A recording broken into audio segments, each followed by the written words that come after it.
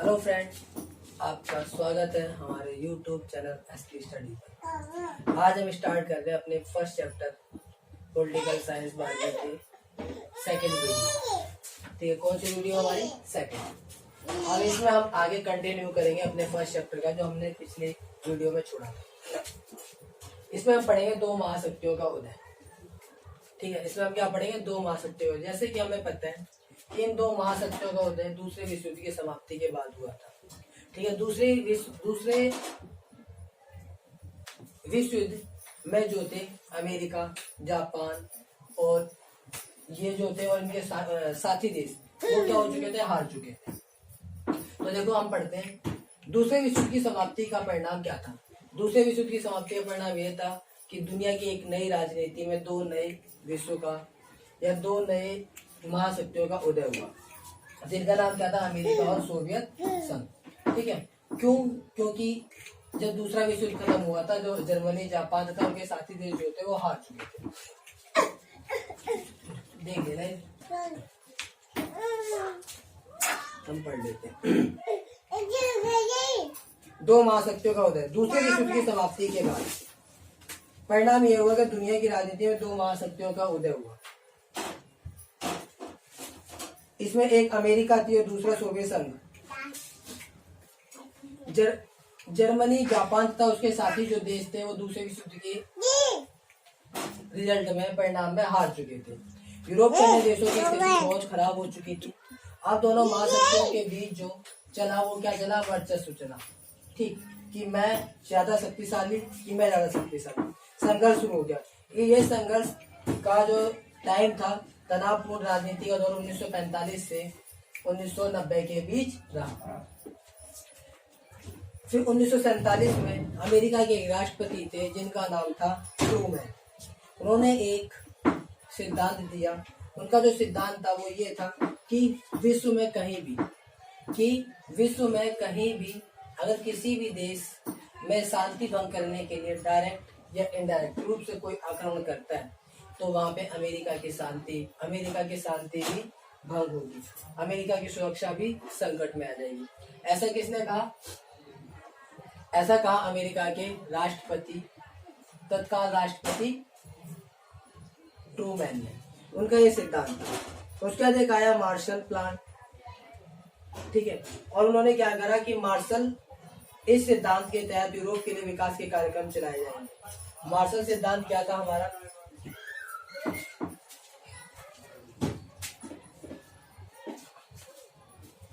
ये देख लो, इसको पॉज करके उतार लेना, ये तुम्हारे लिए एक देखिए शॉर्ट नोट का काम करेगा।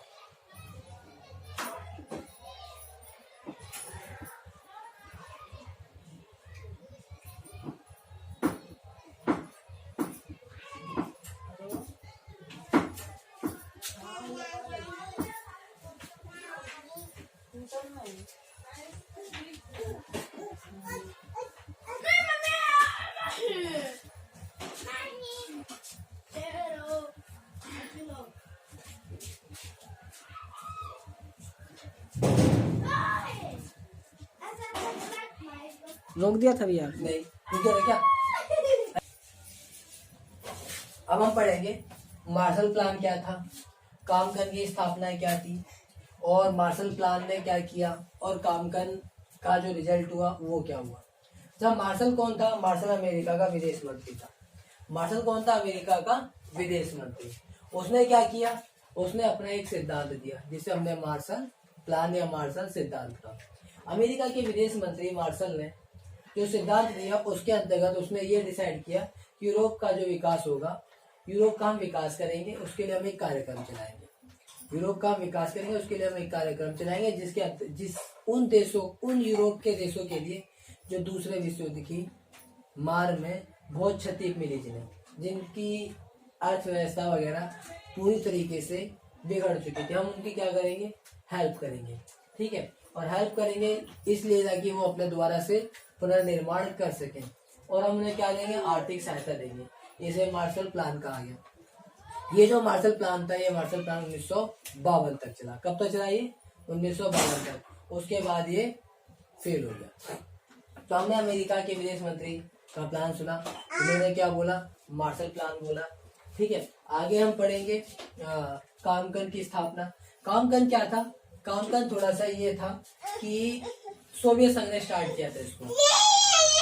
ठीक है, किसने स्टार्ट किया था? सोवियत संघ ने।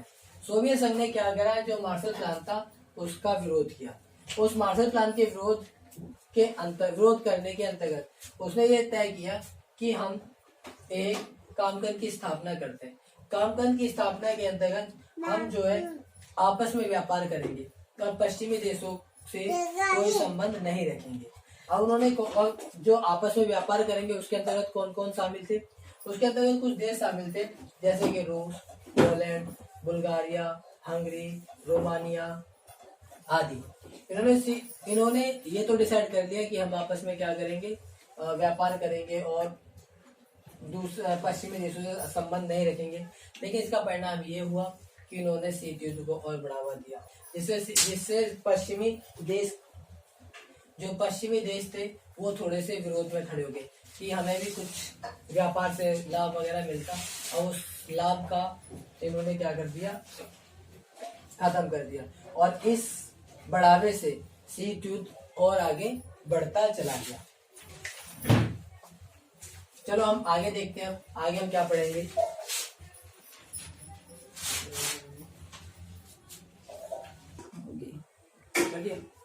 हथियारों की होड़।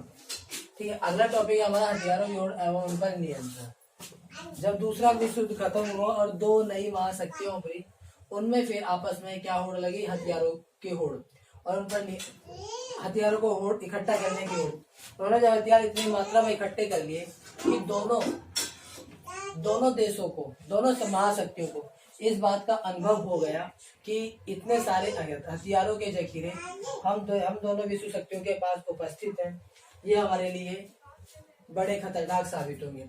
अगर दोनों देशों के बीच युद्ध छिड़ भी गया तो ये तय कर पाना बड़ा मुश्किल होगा कि कौन जीतेगा और कौन हारेगा। तब उन्होंने कुछ ऐसी प्लानिंग करी कि दोनों देशों ने आपस में ये तय किया कि हथियारों की होड़ एवं उन पर नियंत्रण करना स्टार्ट किया जाए, जिसमें एक तरफ पूंजीवादी गुट था और एक तरफ साम्यवादी गुट था। उसके बाद जब उन लोगों ने हथियार की मात्रा इकट्ठी कर ली और उन्होंने ये अनुभव कर लिया कि विजय प्राप्त करेगा कौन, कौन नहीं करेगा, इस बात का पता लगा पाना बड़ा उनके लिए असंभव था।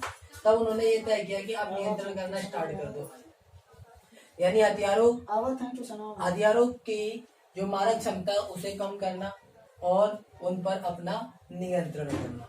ठीक, चलो हम पढ़ते हैं थोड़ा सा ज्यादा एक्स्ट्रा नॉलेज के लिए। पूंजीवादी एवं साम्यवादी गुट दोनों एक दूसरे पर अधिक प्रभाव रखने के उद्देश्य से अपने हथियारों की भंडार बढ़ाने लगे, जिससे विश्व में हथियारों की होड़ शुरू हो गई। दूसरी ओर दोनों गुटों को यह अनुभव भी हो गया कि यदि उनके आमने सामने युद्ध हुआ दोनों गुटों को ही अत्यधिक हानि होगी और यह तय कर पाना बड़ा मुश्किल होगा कि उनमें से कौन जीतकर सामने आएगा, क्योंकि दोनों गुटों के पास परमाणु बम थे। इसी कारण शीत युद्ध के दौरान हथियारों में कमी करने के लिए, हथियारों की मारक क्षमता कम करने के लिए उद्देश्य से हथियारों पर नियंत्रण की प्रक्रिया भी पैदा हुई। वास्तव में शीत युद्ध की पृष्ठभूमि पर यह तय कर पाना बड़ा मुश्किल था कि परमाणु बम से होने वाले विध्वंस की मार झेलना कौन उसको सहन कर पाएगा, कौन उसको सहन नहीं कर पाएगा। एक ही सीधी सादी लेकिन असरदार तर्क यही था कि जब दोनों महाशक्तियों के पास उतनी क्षमता के परमाणु हथियार हो कि वे एक दूसरे को असहनीय क्षति पहुंचा सकते हैं, तो ऐसे में दोनों के बीच रक्त रंजित युद्ध होने की संभावना ना के बराबर रह जाती है। उकसावे के बावजूद कोई भी पक्ष युद्ध का जोखिम लेने के लिए तैयार नहीं था, क्योंकि युद्ध से राजनीतिक लाभ चाहे किसी को हो या ना हो, लेकिन उससे होने वाले विध्वंस का अंदाजा लगा पाना बड़ा मुश्किल था। अब उसके बाद कुछ 2 पॉइंट हमारे सामने उभर कर ये आए कि पारस्परिक अवरोध।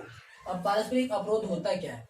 पारस्परिक अवरोध ये होता है कि यदि दोनों को यदि कोई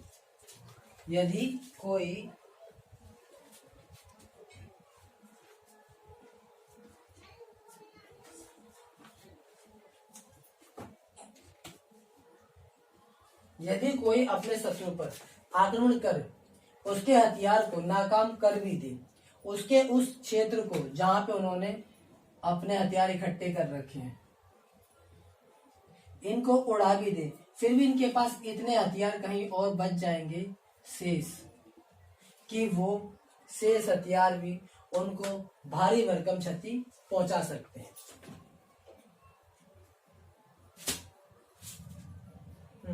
भारी भरकम क्षति पहुंचा सकते हैं। तो यदि कोई अपने शत्रु का आक्रमण कर दे तो उसके हथियारों को नाकाम भी कर दे, तब भी दूसरे के पास उसे बर्बाद करने लायक हथियार बच सके, इसे अपरोध की संज्ञा दी गई।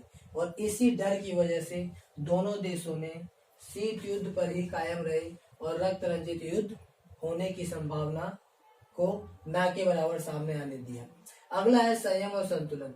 ये संयम और संतुलन ही वह स्थिति है जहां पर उन्होंने बड़ी सूझबूझता से और बड़े ध्यान पूर्वक से सभी आने वाली समस्याओं को शांतिपूर्वक सुलझाने की कोशिश करी, जिसके अंतर्गत उन्हें यह तय करना पड़ा कि जहां तक हो सके वहां तक युद्ध से जितना बचा जा सके बचो, क्योंकि अगर युद्ध तय हो गया तो ये तीसरा विश्व युद्ध और सबसे खतरनाक विश्व युद्ध शामिल होगा, साबित होगा, जिसके अंतर्गत ये तय कर पाना बड़ा मुश्किल होगा कि किसको कितना फायदा और किसको कितना नुकसान।